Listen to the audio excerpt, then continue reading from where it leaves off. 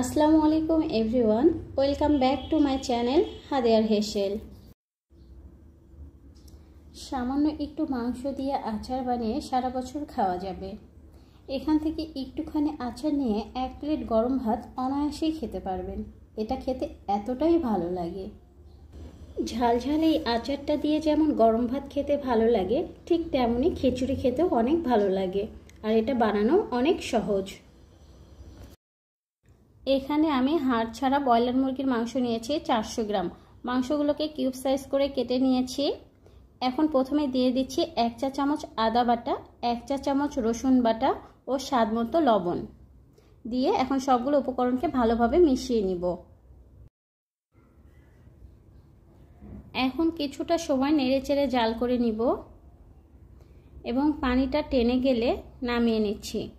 তবে ঢেকে দেওয়া যাবে না, এতে করে মাংসটা বেশি সেদ্ধ হয়ে যাবে।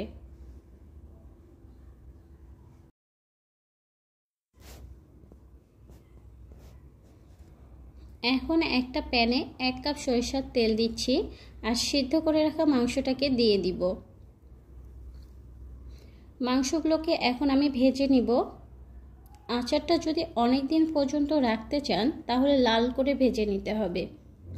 তো আমি দীর্ঘ সময় সংরক্ষণ করব না দেখে হালকা করে ভেজে নিয়েছি।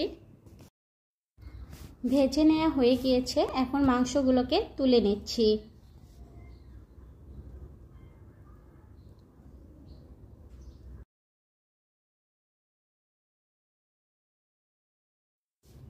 এখন এই তেলের মধ্যে দিয়ে দিচ্ছি 2 টেবিল চামচ সরিষা বাটা, 2 চা চামচ আদা রসুন বাটা।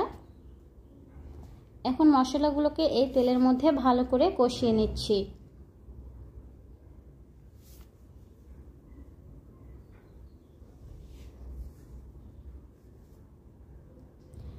এবং 5-6টা লাল মরিচ এবং অল্প কিছুটা রসুনের কোয়া দিয়ে আবারও ভালো করে কষিয়ে নিব।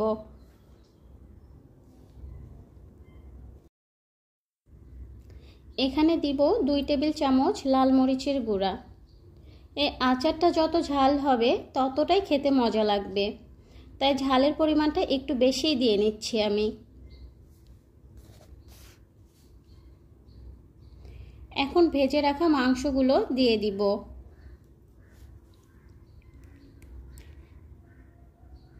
দিয়ে মশলার সঙ্গে এখন ভালোভাবে মিশিয়ে নিচ্ছি।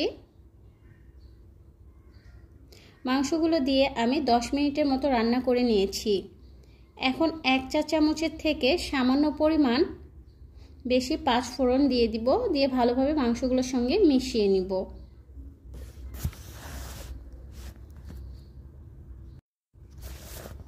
এবং 1/2 চা চামচ গরম মশলা মিশিয়ে নিচ্ছি।